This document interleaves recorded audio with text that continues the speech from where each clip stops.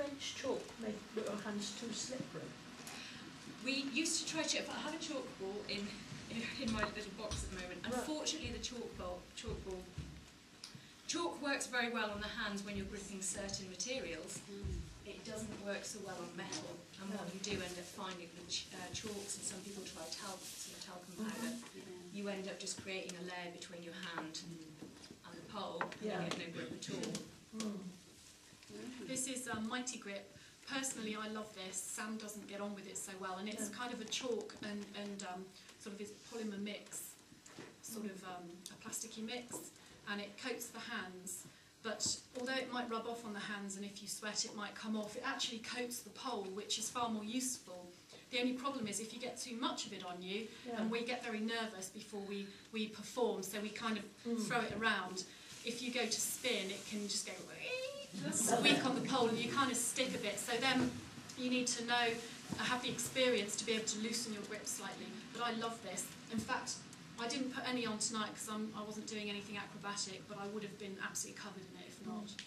It's all the same product, it's got a different name, but there's something called roisin, I'm not sure if I'm pronouncing it correctly, but the ballet dancers use it on their points, so it's exactly the same, and this is also used by sports people, in things like cricket players, people who have to hold bats who are worried about the grip. So I was thinking like the acrobats, up in the those. And the gymnastics on the poles. Yeah, definitely. I mean, if it's the same guy. I don't know if you noticed, I was wearing the gloves because for me, that works really well. And if I do start to sweat through whatever powder I've put on my hands, I've got that extra layer of confidence that I'm not going to slip straight away. And with the gloves, you can actually dance outside in the rain. It's not recommended. I have done it on one occasion, and the gloves do work. So. They stop me getting quite so nervous. It's very beautiful what you're doing, isn't it? You know, I can see. Do you know what I mean? Yeah, we think so. The movements and that. It's so artistic. It's an art form. It really is. You know, you look at like butterflies and things like all the animals that just fly around. You can see those movements in it, can't you? Many of the moves are actually named. I actually did one called the extended butterfly tonight, which is, does look a little bit like a butterfly coming off a plant. So you can see those, can't you? And you can see those birds that perform in it as well. Well, it's nice, and again, that's the feminine side of it, which I think women enjoy it a lot more than men. As I say, we can do the gymnastics with men, but to make it look beautiful and graceful and effortless, it is sort of the art. Isn't it? The way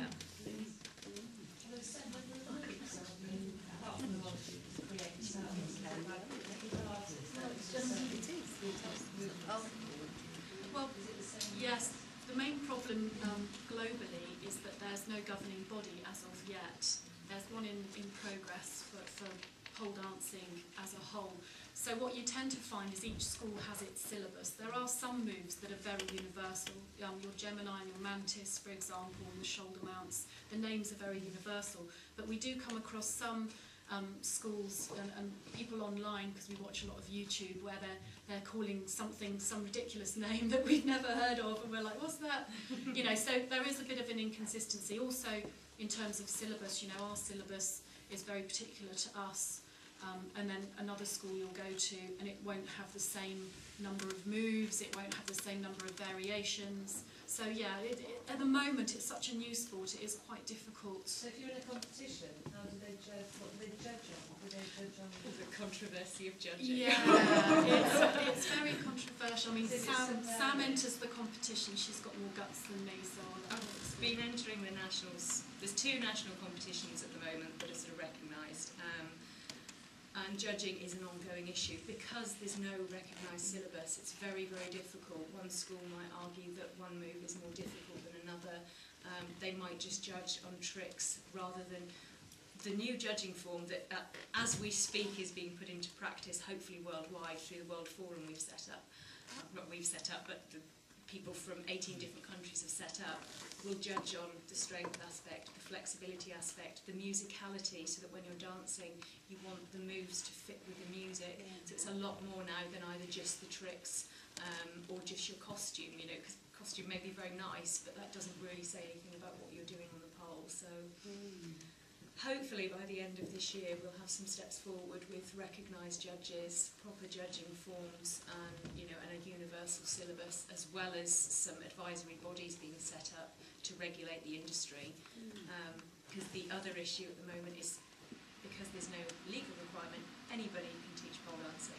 So anybody can walk into a gym and teach what we're doing. And if you've obviously seen the risks are huge. And if people are operating without insurance, without experience, without qualifications, without fitness knowledge, obviously that's a big concern for us, running a reputable school, which is why we're keen to educate people about what we're doing.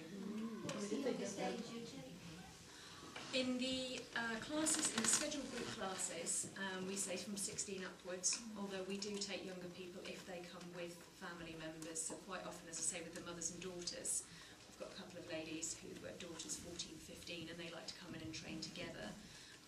When I do the youth group, I've had 13, 14, 15-year-olds. And most of our instructors, or the couple of our instructors who've got children, they're very good on the pole, because kids haven't got the sense of fear that the rest of us have got. But usually it's 16 and upwards. We hope to get on youth group. How did the pair of you come to get involved in pole dancing? It was a bizarre sequence of events. Without doing the long story, I was working for the NHS, dealing with mental health, as you do, looking for a change of career. So many government cutbacks. I knew that I was likely to lose my job, and I wanted something else to do. A friend of mine had been working in a strip club in London. She'd moved back down to Plymouth, decided she didn't like doing the lap dancing, found it very sleazy, and decided to quit. Within 6 weeks of her stopping what she was doing, she noticed a change in her body shape. She felt different